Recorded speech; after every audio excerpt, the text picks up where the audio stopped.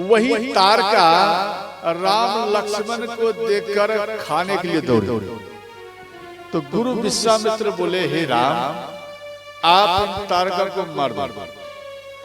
भगवान राम बोले, गुरुजी, हम रघुवंशियों में किसी भी स्त्री के ऊपर बाण नहीं चलाते, किसी भी माता के ऊपर हम बाण को नहीं चलाते। तो गुरु विश्वामित्र कहते हैं, हे राम, माँ वो होती है जो अपना बच्चा का रक्षा करे, और जो हर बच्चों का रक्षा करे वो जगत माता ही कहलाती है। इन दोनों में ये कुछ नहीं है। जो माँ दूसरे बच्चा को खाने के लिए भागती है, खाने के लिए दौड़ती है, वो माँ नहीं होती, बल्कि वह एक राक्षसी होती है। हे राम, आप इनके ऊपर बाण चलाओ। भगवान राम धनुष पर बाण चढ़ाकर तारका के ऊपर प्रहार किए। तारका उन बाण का उत्तर देने लगी। अंत में तारका मन में सोची, अब हम नहीं बच पाऊंगी, तो धूली उड़ाए। ये वाल्मीकि रामायण में दिया है, धूली उड़ाए, धूली उड़ाए। ये धूली इतना फैल गया कि व्यक्ति सामने वाले को भी नहीं देख पाता, जिसको कहते हैं धुलखेल, नहीं बोलते धुलखेल। ठीक ठीक, ये धुलखेल नहीं, विंडो जो उड़ता है, विंडो, ठीक उसी प्रकार से ये धूल ये पूरा फैल गया। अब कोई एक दूसरा को नहीं देख रहा है। तो भगवान राम शब्द भेदी बाण का उपयोग किए, और वो शब्द भेदी बाण जाकर, जब भगवान राम छोड़े शब्द भेदी बाण, तो जाकर तारका के छाती में लगे। तारका धड़ाम से जमीन में गिर गिर। तारका यहाँ रोती है। तारका कहती है, प्रभु प्रभु मुझे दर्शन दीजिए, प्रभु मुझे दर्शन दीजिए, प्रभु मुझे दर्शन दीजिए। भगवान राम भागते हुए आए, माँ तारका के सामने में भगवान राम खड़े हैं। तो तारका कहती है, प्रभु मुझे दास बनाकर रख लेना, भगवान तू अपने चरण में दास बनाकर रख लेना, भगवान तू अपने चरण में मुझे दास बनाकर रख लेना, भगवान तू अपने चरण में मुझे दास बनाकर रख लेना, भगवान तू अपने चरण में, भगवान तू अपने चरण में, भगवान तू अपने चरण में, भगवान तू अपने चरण में मुझे दास बनाकर रख लेना, भगवान तू अपने चरण में मुझे दास बनाकर रख लेना। हर हर महादेव।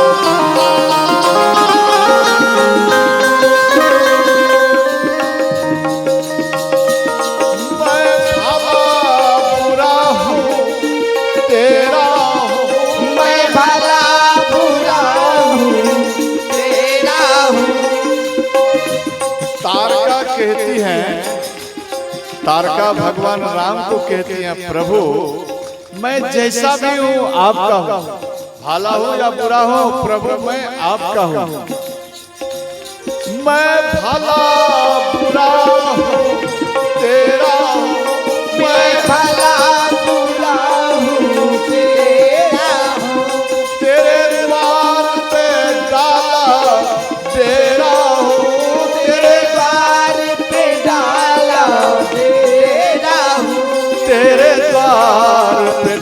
डाला डेरा हूँ, तेरे द्वार पे डाला डेरा, मुझे चाकर जान के रख लेना, मुझे चाकर जान के रख लेना, भगवान तू अपने चरण मुझे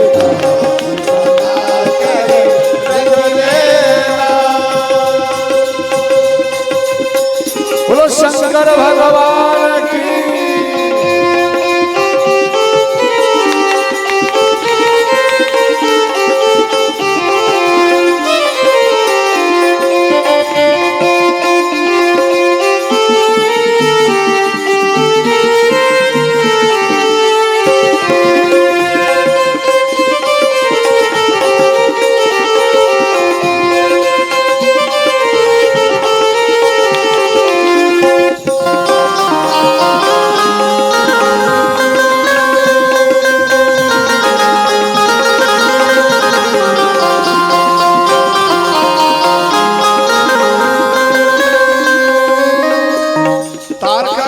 भगवान जब अधम ज्यादा बढ़ जाता है या कोई अधम करता है तो आप उनको भी तारते हैं।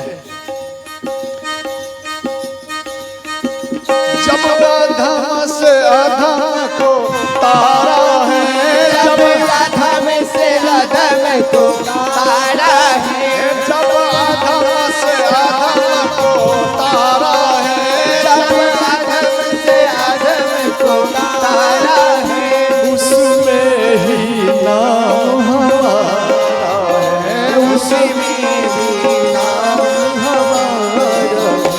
मुझे भार समझ कर रख लेना, मुझे भार समझ कर रख लेना, भगवान तू अपने चरण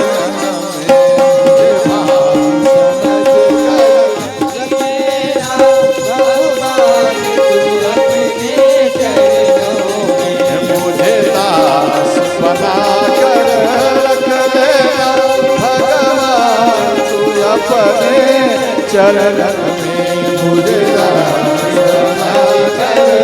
रख लेना, भगवान तू अपने बोलो सच्चे दरबार की जय हो, बोलो टपुआ धाम की जय हो। ध्यान देना, तारका भगवान के पास में प्रणाम करती है और कहती है प्रभु मेरे ऊपर कृपा करिए। भगवान राम कहते हैं हे माता आज मैं आपके ऊपर खुश हूँ, आप बोलो आप कुछ मांग करती है, मांग चाहिए कुछ, क्या चाहिए आप अपना इच्छा प्रकट करिए। तो तारका कहती है प्रभु मुझे आपसे कुछ मांग है। भगवान राम बोले हे माता आपको क्या चाहिए आप मांगो। माँ तारका कहती है प्रभु हमारा इच्छा था कि अयोध्या में कुछ दिन में शासन करूं 14 वर्ष तक, मेरा इच्छा था, परंतु आपके पिता इतना प्रतापी हैं जो हम बार बार हमला किया, बार बार ही विफल होते रहे। इसलिए आपसे मेरा मांग है कि हमें 14 वर्ष के लिए और आप हमें आदेश दें और मैं शासन करूं।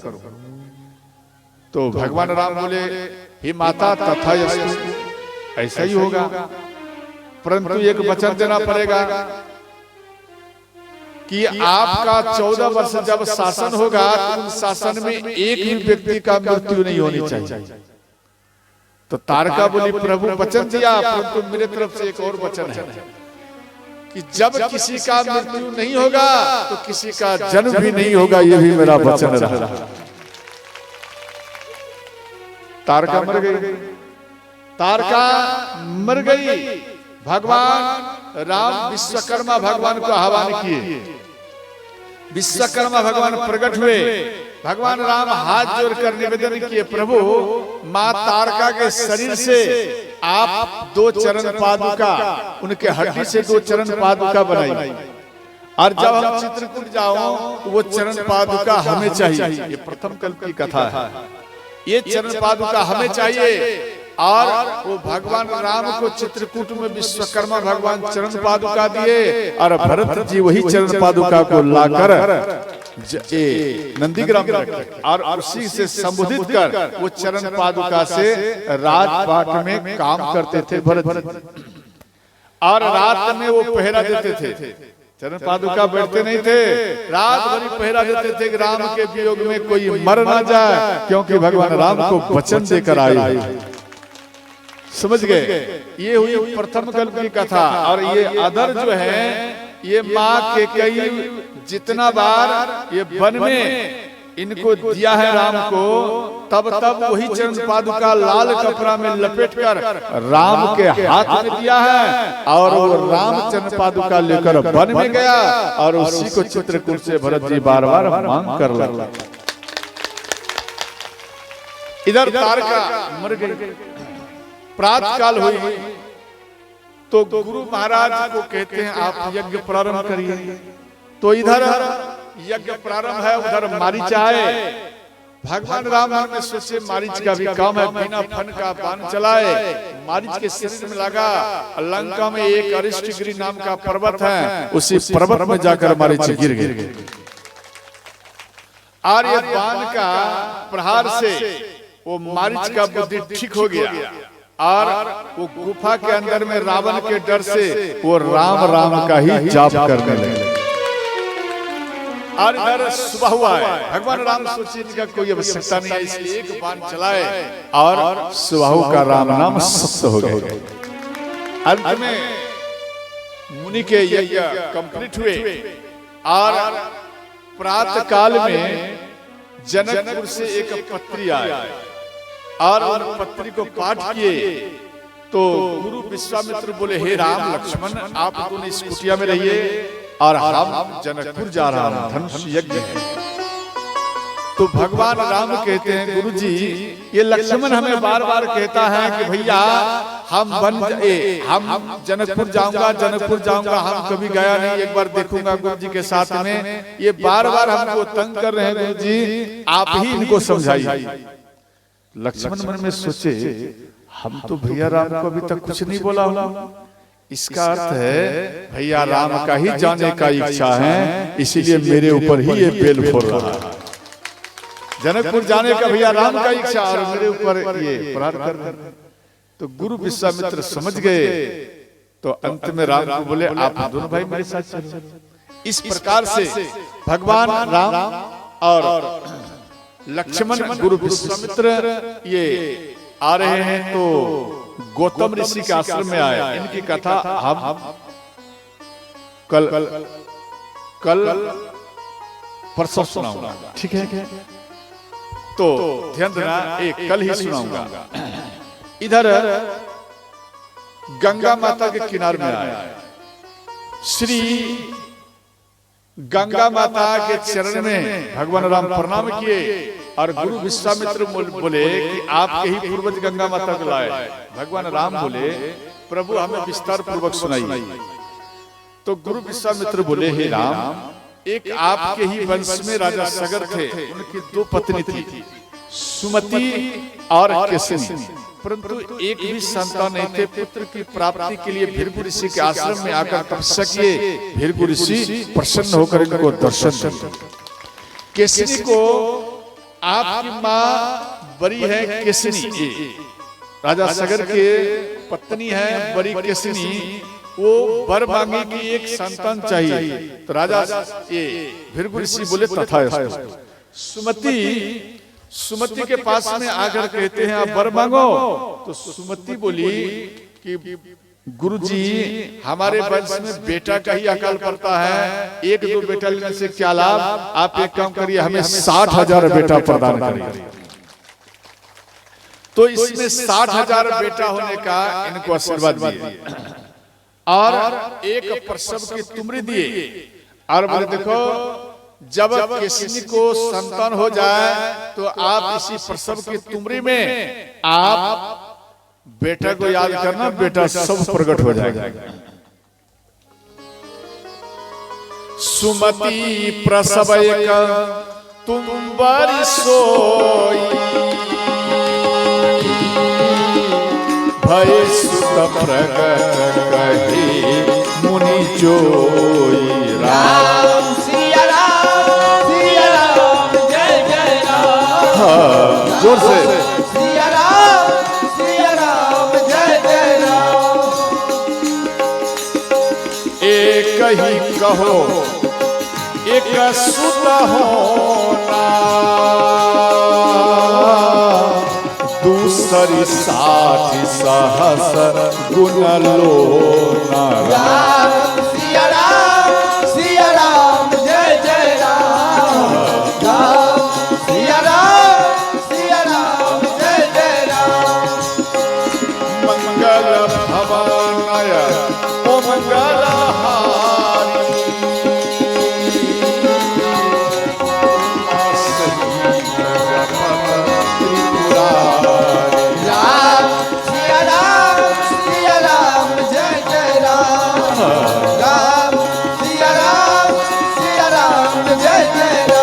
हर हर महादेव। जोर से माता, जोर से।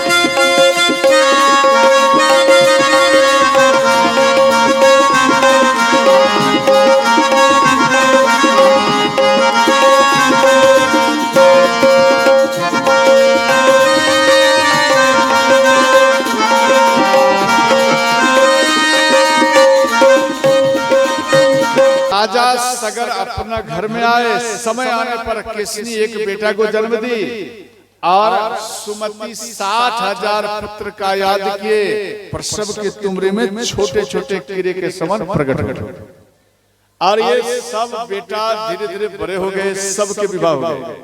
राजा सगर के अंदर में एक सोच हुई कि क्यों ना हम अश्वमेध यज्ञ करूं। तो अश्वमेध यज्ञ में घोड़ा को छोड़ा जाता, तो वो घोड़ा को छोड़ा गया, सैनिक के साथ में गए और वो रात के समय में घोड़ा को एक वृक्ष में बांध दिए, सैनिक सो गए। इंद्र भगवान मन में सोचे राजा सगर का 100वां यज्ञ ये पूर्ण होने वाला है, अगर ये पूर्ण हो गया तो फिर इंद्र का इनको पदवी मिलेगा। ये इंद्र अर्थात मेरे जगह में बैठेगा। तो इंद्र भगवान इन घोड़ा को चुरा लिया और पताल में जाकर कपिल मुनि के आश्रम में बांध दिए। गंगा सागर में पताल में कपिल मुनि का आश्रम था और वहां पर बांध दिए। अब इधर ढूंढ रहा है, नहीं मिल रहे हैं। तो प्रातः काल में जब ढूंढे सैनिक नहीं मिले घोड़ा, तो अंत में राजा को आकर बताए राजा सगर अपना 60,000 बेटा को भेज दी, जाओ ढूंढो। तो पूरा पृथ्वी में ढूंढते रहे, नहीं मिले। तो गंगा सागर में पृथ्वी में विदीर्ण किए, गड्ढा किए 45,000 फीट। और राजा सगर का बेटा ऊपर से लेकर नीचे तक गड्ढा किया। और जब पताल में चले गए तो वहां पर कपिल मुनि था। तो कपिल मुनि के पीछे में घोड़ा है। तो ये 60,000 भाई मिलकर इनको गालियां दिए। कपिल मुनि नाराज हुए, हाथ में जल लेकर इनके ऊपर छिड़ दिए, सब जलकर भस्म हो गए। तो इधर अस्मंज, एक बेटा का नाम था अस्मंज। अस्मंज भी बड़ा ही दुष्ट था। उस समाज के बेटा को पकड़कर और उनको मिट्टी में जीवित में ही अंदर में दफना देते थे। राजा सगर को ठीक नहीं लगा, वो अपना बेटा को अस्मंज को भगा दिया। अस्मंज के बेटा के नाम थे अंशुमान। वो अंशुमान को बुलाए राजा सगर, बोले पोता ये आपके काका नहीं आए हैं, इसलिए आप जाओ और उनको ढूंढो। तो अंशुमान अपने काका को ढूंढते ढूंढते पाताल में आए, कपिल मुनि के आश्रम में, और सबको भस्म में देखे। तो कपिल मुनि के चरण में निवेदन किए। तो कपिल मुनि बोले, ध्यान देना, अंशुमान कहते तरेंगे कैसे हमारे पूर्वज, हमारे काका कैसे तरेंगे? बोले गंगा आएगी तभी ये तरेंगे, वरना नहीं तर पाएंगे। तो राजा सगर ये अंशुमान चरण में प्रणाम कर घोड़ा लेकर गए, सारा बात राजा सगर को सुनाए। राजा सगर को दुखी हुए। राजा सगर अंत में यज्ञ को पूर्ण कर गंगा माता को लाने के लिए वो तपस्या करने के लिए गए, उधर ही मर गए।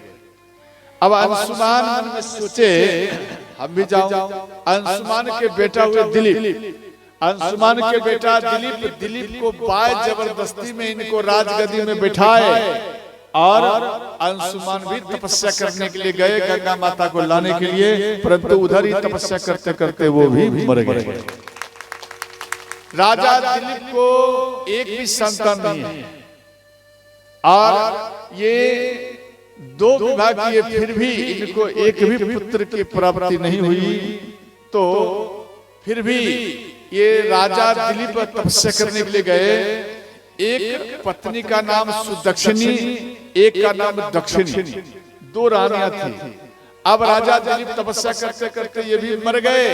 अब एक भी राजगद्दी में बेटा नहीं है। ये दोनों रानी गुरु वशिष्ठ के चरण में आकर झुक गई और कहती है, गुरु जी एक भी संतान नहीं है, राजगद्दी कैसे चलेगा? तो गुरु वशिष्ठ बोले, आप दोनों रानी अपना भग में भग मिश्रण करिए तो पुत्र की प्राप्ति होगी।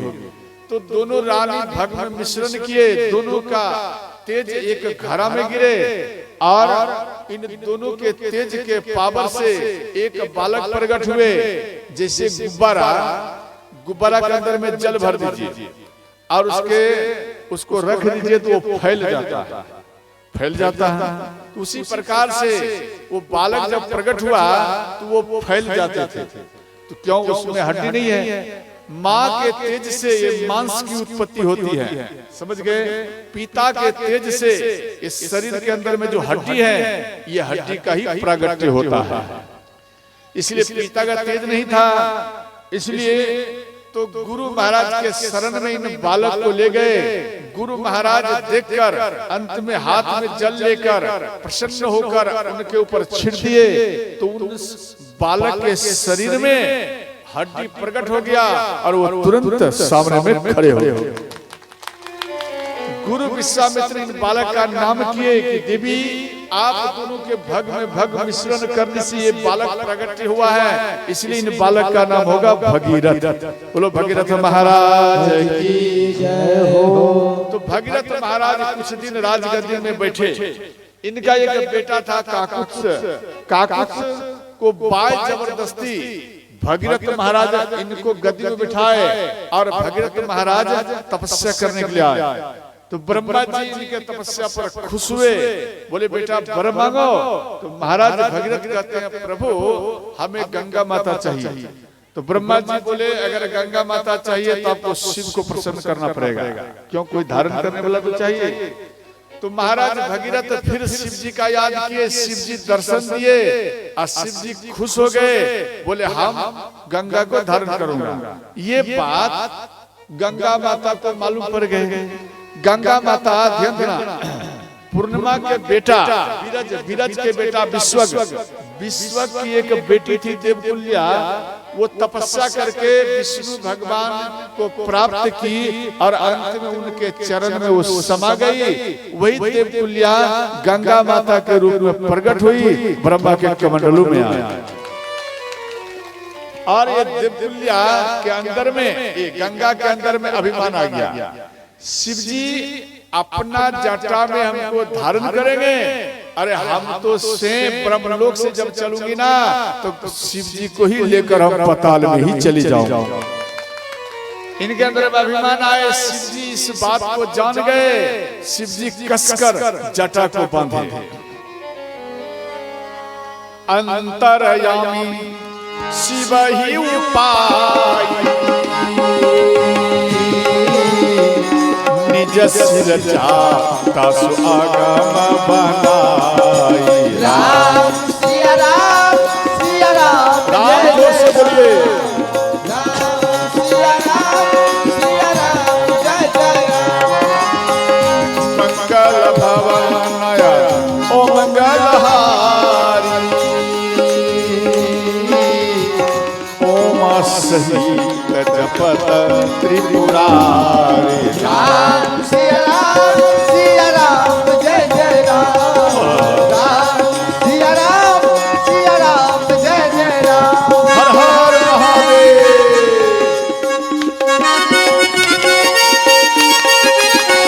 ये माता क्या बात है, क्या बात है। नहीं, जोर से।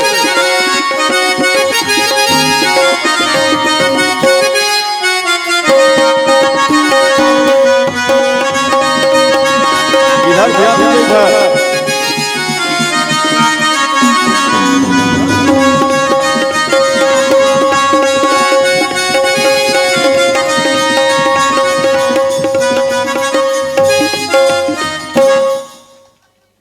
ध्यान देना, यहाँ दिया गया।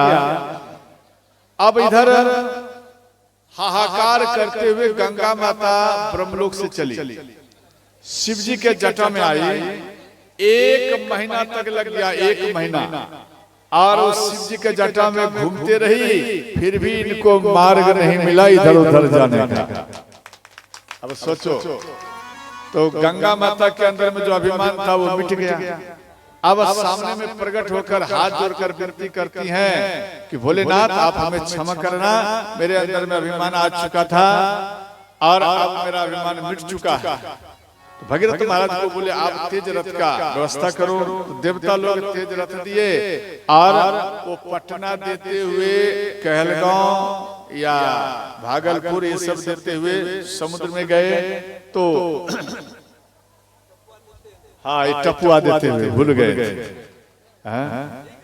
हाँ, ये टपुआ देते हुए इधर सपुआ, इधर भी कुछ गांव होगा। खैरपुर देते हुए हरपुर, हाँ, 1 चारी 13 चारी जो भी है देते हुए समुद्र में चले गई गंगा माता। और समुद्र देव खुश हुए, बोले इस गंगा का नाम होगा भागीरथी गंगा।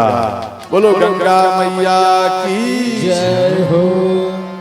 अब इधर ध्यान देना, तीनों मूर्ति गंगा स्नान किए, भगवान राम खुश हुए और श्री भगवान राम जनकपुर में आए। और जनकपुर में महाराज जनक जी जैसे ही भगवान राम का दर्शन किए खुश हो गए। तस्य तद वचन श्रुत्वा जनकस्य महात्मनः। गुरु विश्वामित्र बोले जनक महाराज महात्मा है, महात्मा, इनको जनबसा दिए। और इसके बाद नगर में राम गए घूमने के लिए। ध्यान देना है, इधर दिया गया कि जब जनकपुर में प्रवेश किए नगर में घूमने के लिए, तो जो माताएं राम को देख लेती थी वो पुष्प को पूजा में नहीं, मंदिर में नहीं, वो भी रैया में ही बिछा दिया करती थी। और इनके पीछे पीछे में अपार संख्या का भीड़ है। इतना सुंदर कोमल शरीर, आहा, सब कोई प्रसन्न होकर इनका दर्शन करती हैं माताएं। बच्चे लोग भी इनके पीछे में है। एक माँ सीता की सखी थी चंद्रकला। ऐसे उनकी 8 सखियां हैं, परंतु उनमें सबसे सियानी सखी थी चंद्रकला। वो दूसरे मंजिल पर रहती थी, तो राम को देख नहीं पाए। चंद्रकला मन में सोची राम नीचे में है, इनका कैसा मुंह हमने देखे। तो ऊपर से पुष्प वृष्टि की, ऊपर से, जैसे 2 मंजिल पर रहेंगे, नीचे खड़े रहेंगे, आपका मुख दिखाई देगा? नहीं देगा। उसी प्रकार से नहीं दिया, तो ऊपर से पुष्प वृष्टि किए। तो चंद्रकला इनके पुष्प वृष्टि से देखो, जैसे ही पुष्प वृष्टि किए तो राम ऊपर देखे, तो राम जैसे ऊपर देखे तो चंद्रकला एक पुष्प उठाए और इन पुष्प को संबोधन कर राम को कहते, हे राम, आप जिस जनक नंदिनी सीता का दर्शन करने के लिए आप व्याकुल है, नगर में घूम रहे हैं, ये नगर में जनक नंदिनी सीता का दर्शन आपको नहीं होगा। इन पुष्प का आप मिलान कर लेना और उसी पुष्प वाटिका में ही जनक नंदिनी सीता का भेंट हो जाएगा। और वो पुष्प को गाल में मारे, राम के गाल में मारे तो राम पुष्प को पकड़ ले और इसके बाद वापस आए। तो रात